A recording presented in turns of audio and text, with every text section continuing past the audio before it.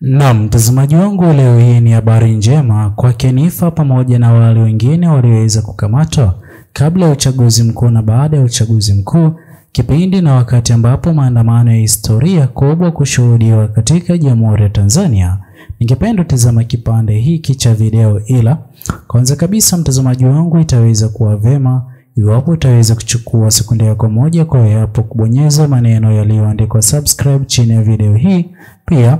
ni vema iwapo utaweza kulike na kushare video zetu, ili YouTube moja kwa moja itaweza kusuggest video hii kwa wale wote wanaozidi kufuatilia siasa za Jamhuri ya Tanzania. Narudia tena hoja ya kwamba Nifa pamoja na Strong ICAM pamoja na wenzake 20 wakapatiwa matibabu, hiyo haina mjadala. Mahakama ishatoa maelekezo kwamba waende wakafanyiwe uchunguzi wa kitabibu na ripoti ije iwe sehemu ya mwenendo wa kesi. Hilo lenyewe tumekumbusha mahakama kwamba ilishafanya uamuzi kwenye hilo. Kwa hiyo mahakama itatoa uamuzi kuhusiana na iwapo hayo mashtaka ya uhaini ni halali au sio halali mbele ya mahakama. Itatoa uamuzi huo mnamo tarehe 25 mwezi Novemba saa 5 asubuhi. Kwa basi tutafika mahakamani, na kama mahakama itaona imekubana hoja zetu kwa kiwango gani, basi tutapokea uamuzi na tutajua jinsi gani ya kufanyia kazi. Leo Nifa, Strong ICAM pamoja na wenzao 20 hawakufikishwa mahakamani. Wameshiriki kwa njia ya mtandao, virtual tunasema, nafikiri mliwaona pale ya. Kwa hiyo lakini wameshuhudia kinachofanyika kwa niaba yao, na naamini wameridhika at least kwa hatua hii ya. Kwa sisi tutaendelea kuwapigania mpaka pale watakapokuwa wamepata haki yao. Ni mashtaka mazito kidogo, mabinti kama wale wadogo kupewa mashtaka mazito kama ya uhaini ya sio kitu chepesi sana. Naam, mtazamaji wangu, kama ulivyoweza kutizama kipande hicho cha video, kwa njia moja ama nyingine ni habari njema kwa wale wote waliokuwa kifuatilia kesi yake Nifa na wengine wote vijana Gen Z waliokuwa wameweza kukamatwa na hata kuratibiwa kesi ambayo iliweza kudaiwa kuwa uhaini na adhabu yake kuwa kunyongwa, jambo ambalo wengi hawakuweza kulifurahia, sio katika Jamhuri ya Tanzania pekee bali katika shirika la East Africa. Mtazamaji wangu, kwa njia moja ama nyingine, gumzo nzito ambalo linazidi kuzungumziwa hivi sasa ni kuhusiana na kesi yake Nifa. Ila mtazamaji wangu, ikumbuke kwamba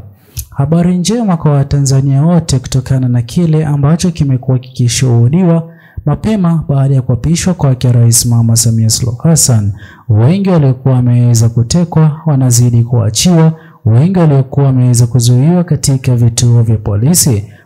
wameweza kuanza kuachiwa huru, jambo ambalo linazidi kuwapa matumaini wa Tanzania huenda wakaweza kupata baadhi ya wapendwa wao waliokuwa wameweza kukamatwa na maafisa wa polisi kipindi na wakati ambapo walikuwa wameweza kujitokeza katika maandamano ya vijana Gen Z, ambayo maandamano hayo baadhi ya watu waliweza kuaga dunia, ikisababisha kuwa na hofu kubwa kwa familia na jamaa wa karibu. Mtazamaji wangu, jambo hili ama kutokana na jinsi ambavyo wakili wake Nifa na anayezidi kuwasilisha vijana wengine wa Gen Z waliokuwa wameweza kukamatwa ameweza kuzungumza na kudai ni habari njema, kama ulivyoweza kumsikiza mwanzoni mwa video hii. Kwa njia moja ama nyingine, hatua hii inazidi kuwapa nguvu vijana Gen Z kutokana na kuona baadhi ya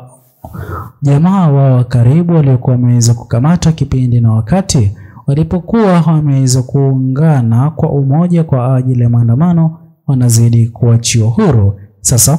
mtazamaji wangu, kwa njia moja ama nyingine, tungependa tuweze kuzungumzia baadhi ya mambo ambayo yaliweza kuchangia kukamatwa kwa Gen Z hawa, jambo ambalo wengi wameweza kutofautiana nalo kabisa ama kutofautiana na mashtaka ambayo akina Nifa na wengine waliweza kuhukumiwa nayo. Sote tunafahamu kwamba kipindi na wakati ambapo mahakama kuu ingeweza kuamua kesi ya kina Nifa na vijana Gen Z wengine ya uhaini, mtazamaji wangu, isingekuwa ni jambo jema, hasa tukifahamu jinsi gani ambavyo hivi sasa Mheshimiwa Tundu Lissu anazidi kukabidhiwa na kesi ya uhaini, na kesi hii ya uhaini Mheshimiwa Lissu hajaweza kuikubali kamwe, kutokana na yeye kudai kwamba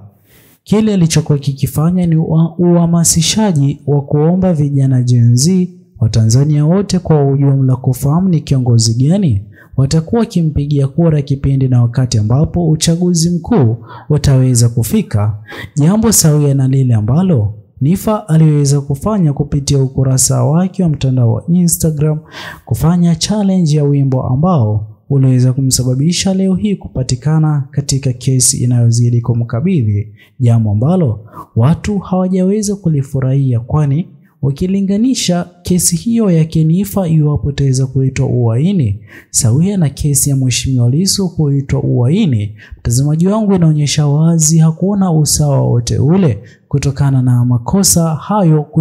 kutofanana, ila mbona adhabu ama hukumu ziweze kufanana? Na ndipo ambapo leo hii habari njema zimeweza kusambazwa katika mitandao ya kijamii ya kwamba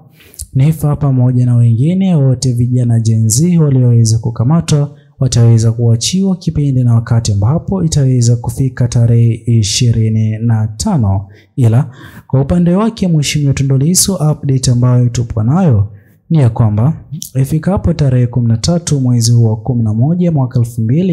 2025 Mheshimiwa Lissu kesi yake itaweza kuendelea rasmi. Kesi yake Mheshimiwa Lissu ilikuwa imeratibiwa kuendelea mapema tarehe 10 ambapo siku ya jana, ila hilo halikuweza kufanikishwa ama kufanyika kutokana na utovu wa usalama, kulingana na jinsi ambavyo ulinzi uliweza kusema ama uliweza kudai, jambo ambalo liliweza kuahirisha kesi yake Mheshimiwa Lissu. Ila kwa njia moja ama nyingine ni vyema kutokana na kwa wakati huu wa siku ya jana, siku ya leo na siku ya kesho ikiwa ni tarehe 12, Mheshimiwa Lissu ataweza kuwa na nafasi nzuri kupewa nyaraka za mashtaka yanayozidi kumkabidhi ama atakayokuwa ikimsubiri, huko upande wa mlalamishi ukistarajiwa kutoa mshuhuda ambaye aliweza kushindwa kufika katika kesi iliyokuwa imesikizwa mwisho, jambo ambalo lazidi kumpa Mheshimiwa Tundu Lissu nafasi bora kushinda kesi hii ya uhaini dhidi ya serikali ya awamu ya 6, hivi sasa ikiwa ni serikali ya awamu ya 7, jambo ambalo bado Watanzania wengi wanazidi kufurahishwa na kuachiwa huru kwa hawa wote waliokuwa wameweza kukamatwa chini ya uongozi wa serikali ya awamu ya 6. Pia mtazamaji wangu, mapema leo hii tumeweza kushuhudia kuachiwa huru kwake Mheshimiwa John Heche pamoja na viongozi wengine wote wale wa chama Chadema waliokuwa wameweza kukamatwa wameweza kuachiwa huru, jambo ambalo linazidi kufurahisha Watanzania wengi. Ila msimamo wa viongozi hawa bado inaonyesha wazi ya kwamba hawapo tayari kwa mazungumzo yoyote ya aina ile, ijapokuwa wameweza kuachiwa huru. Sasa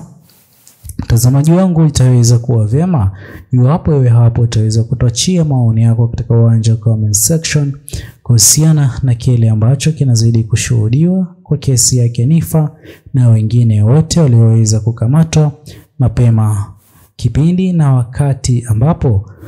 uchaguzi ulioratibiwa kikatiba na siku sawia na vijana Gen Z kuanzisha maandamano yao. Usisahau kusubscribe, like, comment na kushare video zetu. Bye bye until the next video.